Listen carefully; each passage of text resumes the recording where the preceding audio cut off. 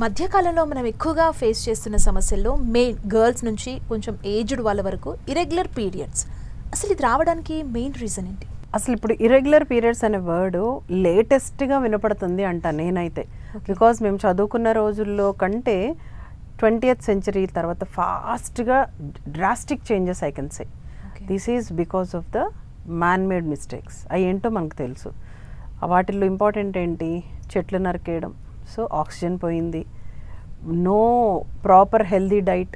So మనకు తెలుసు మనం తినే జంక్ ఫుడ్ డైట్ ఏంటి, ఇర్రెగ్యులర్ టైమింగ్స్ అయితే ఏంటి, ఆయిలీ ఫుడ్ అయితే ఏంటి. We are very much interested for the తినకూడని పదార్థాలకు మీద మనకి విపరీతమైన ఇంట్రెస్ట్. థర్డ్ పాయింట్ ఏంటి? ఎక్సర్సైజే లేదు, నో ఎక్సర్సైజ్. ఫోర్త్ పాయింట్ ఏంటి? ఇష్టం వచ్చినట్టు మందులు వాడేయడం, ఏదొచ్చినా మందులు.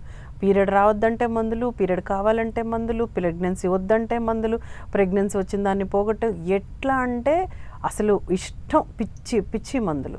సో వీటన్నిటి వల్ల ఏమవుతుంది అంటే మొత్తం బాడీ అంతా కూడా పాడైపోవడం స్టార్ట్ అయిపోయింది. First sensitive part in the body అంటే ఓవరీ, అండాశయం. సో అండాశయం దెబ్బతింటుంది, చాలా సెన్సిటివ్. మగవాళ్ళల్లో స్పర్మ్ ఎంత సెన్సిటివ్, ఆడవాళ్ళల్లో అండం అంత సెన్సిటివ్. అండాశయం సెన్సిటివ్, అండాశయం నుంచి వచ్చే హార్మోన్స్ సెన్సిటివ్. అన్నీ కూడా ఆ విషియస్ సైకిల్లో పడిపోయి first foremost the irregular cycles first మనకు వచ్చేది. దాంతోపాటు హెవీ బ్లీడింగ్, నెలకి రాకుండా 4 నెలలకి 5 నెలలకి రావడము, దానివల్ల ఒబేసిటీ రావడము, దానివల్ల హెయిర్ ఫాల్ అవ్వడం, అన్ని కాన్సిక్వెన్సెస్ ఒకదాని బట్టి ఒకటా దాని. This is all vicious cycle. Okay.